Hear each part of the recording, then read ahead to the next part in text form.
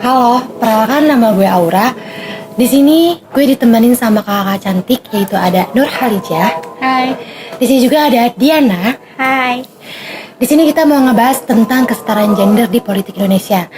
Di mana yang kita ketahui negara kita itu disebut dengan negara yang berkembang dan menerapkan sistem yang demokrasi. Namun, di mana hak untuk dipilih dan memilih tentu menjadi sebuah keunggulan di negara kita.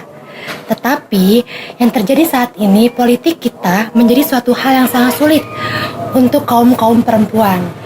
Nah, gimana nih buat Nur Halijah tanggapannya tentang apakah kelompok kaum perempuan dari parlemen politik sudah cukup kuat untuk menyalurkan aspirasi masyarakat?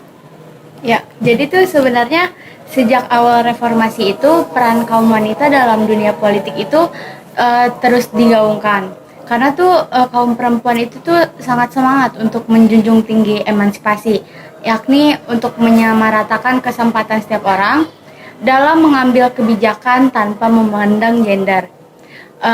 Keterwakilan perempuan di politik itu sebenarnya sudah diatur di dalam undang-undang partai politik. Partai politik itu disyaratkan untuk mengatur 30% keterwakilan perempuan dalam anggota parlementer. Namun tuh dalam kenyataannya standar 30% itu nggak pernah sejalan gitu sama realita yang ada di lapangan gitu. Oh, jadi tuh apa yang dicantumin sama apa yang jadi realitas itu nggak sama ya? Iya, betul banget. Tapi menurut sama sih pendapat saya sama pendapat Lija juga tentang apa ya kaum perempuan di politik gitu kan.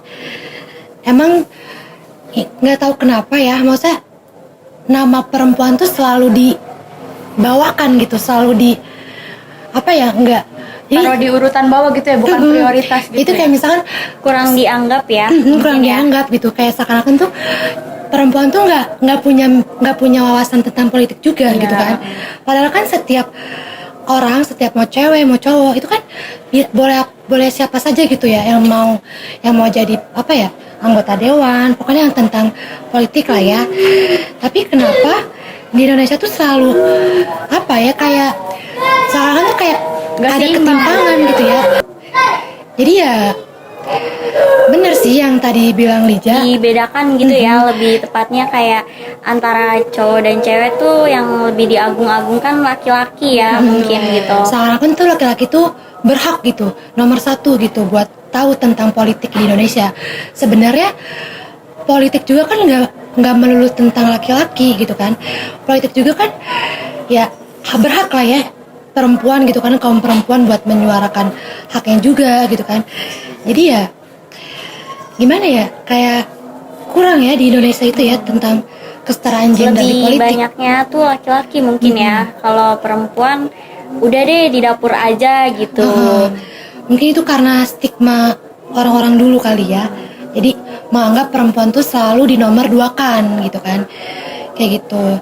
Tapi nih, menurut Diana, apakah perempuan masih hadapi permasalahan untuk terjun ke politik? Gimana nih tanggapannya?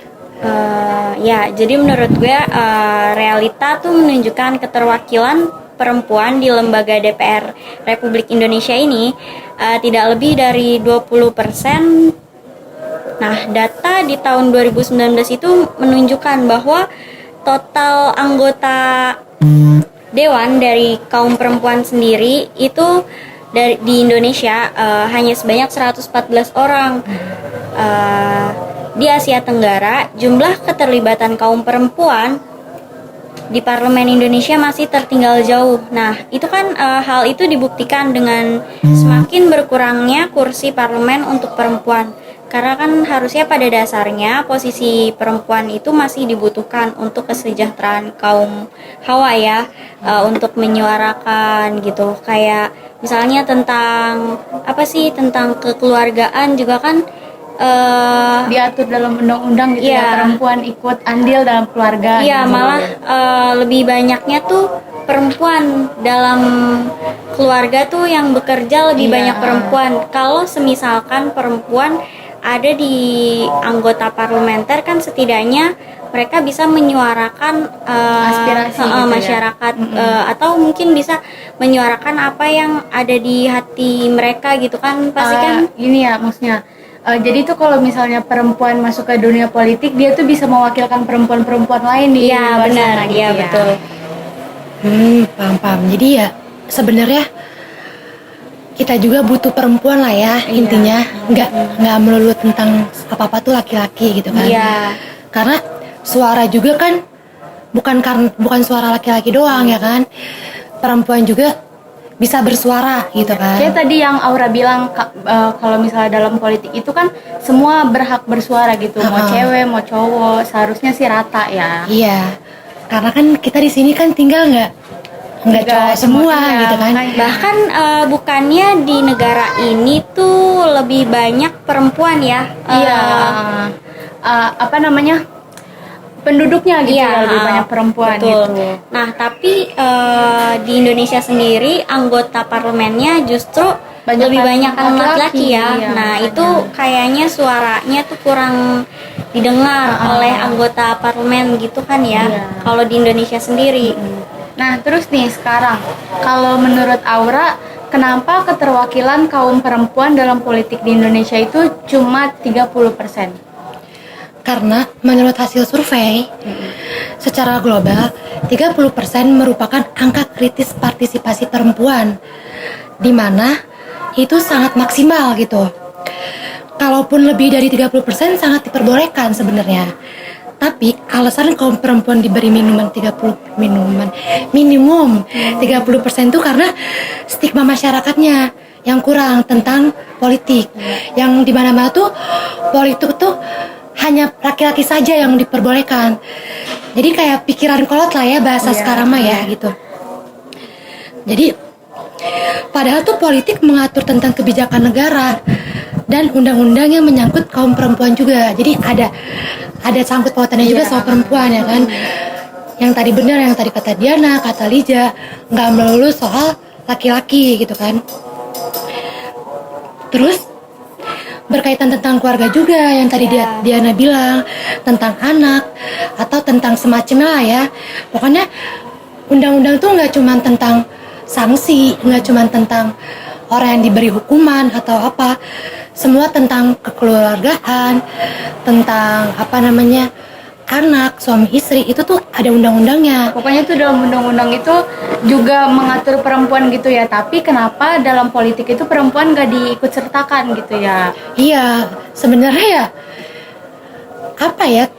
Mungkin lebih ke karena stigma masyarakat dari zaman dulu kali ya. Jadi perempuan tuh bukan yang gak mau masuk ke anggota parlementer, mungkin lebih ke memikirkan stigma yang ada di masyarakat. Jadi lebih takut gitu, takut nanti akan omongan tetangga, mungkin omongan-omongan di luar sana gitu ya. Iya, soalnya sebagian besar masyarakat Indonesia tuh perempuannya apa ya, negaranya tuh kayak merugi jika kaum perempuan tidak terlibat dalam politik. Tanpa terwakilkan, perempuan politik di negara ini minim aspirasi perempuan. Iya, karena kan tanpa adanya perempuan di politik itu kan dia nggak bisa menyuarakan suara-suara kaum perempuan yang lainnya gitu. Orang laki-laki mah mana paham kan masalah perempuan gitu. Kayak contohnya kayak ini Ibu Kartini lah ya. Maksudnya dia kan panutan ya, emansipasi wanita gitu kan. panutan buat kita semua. Dia yang menyuarakan suara-suara hak-hak manusia, keluhan-keluhan wanita perempuan gitu ya. Itu sangat Seperti kayak yang slogan habis gelap terbitlah terang. Nah, mungkin Ibu Kartini ya yang menerangkan wanita-wanita sampai hari ini gitu, yang menginspirasi lah gitu. Iya. Tapi di Indonesia juga ya gimana ya, kayak nggak ada habisnya nggak sih ngomongin tentang kesetaraan gender gitu kan. Benar. Kayak apa ya, apalagi sekarang ada bahasa patriarki sama feminisme, iya, ya kan. Jadi sekarang tuh jadi makin memperpanjang gitu, memperluas ya, memperpanjang masalah gitu ya. Tapi menurut kalian nih, apa sih harapan atau saran nih buat Indonesia gitu? Maksudnya Untuk tentang politik di Indonesia gitu, gender sarannya. gitu. Gimana nih? Kesetaraan gender politik di Indonesia gitu. Iya, Mungkin pandangan. seperti yang tadi dibilang kali ya, sebagai panutannya itu Ibu Gita Kartini tuh gimana ya, lebih berani dalam menyuarakan, jadi nggak perlu mendengarkan atau berpikir stigma yang dahulu-dahulu gitu loh, karena kan ibarat burung kalau terbang tapi yang sayap satunya nggak ada kan nggak mungkin bisa terbang, hanya angan-angan kan.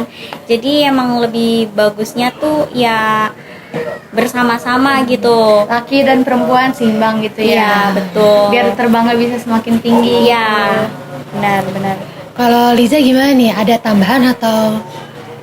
Iya, seharusnya ya politik di Indonesia itu seharusnya berkembang lah ya. Jadi tuh politik di Indonesia itu seharusnya juga mengikut sertakan wanita gitu. Jadi gak apa-apa laki-laki mulu yang diandelin gitu. Kan perempuan kan juga punya keluh kesahnya sendiri gitu kan. Ya makanya harusnya gitu loh. Semoga aja Indonesia seperti itu.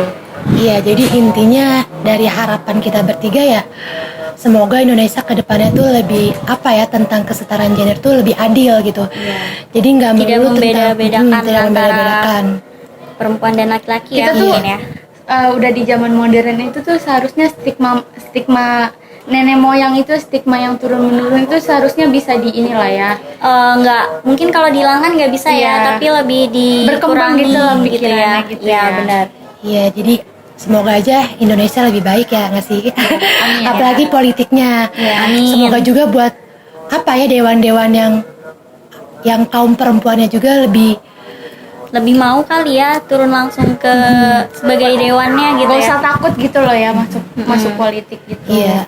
Pokoknya kalau misalkan emang kita berhak gitu, intinya berhak menyuarakan kita di sendiri, bahkan pun orang lain gitu. Ya dah. Mungkin itu aja kali ya. Ada yang mau tambahin? Udah ya, cukup ya? Cukup. Ya dah, mungkin itu saja pembahasan kita kali ini. Mohon maaf bila banyak kata atau belibet sedikit gitu ya. Wabillahi taufiq wal hidayah. Wassalamualaikum warahmatullahi wabarakatuh. Dah.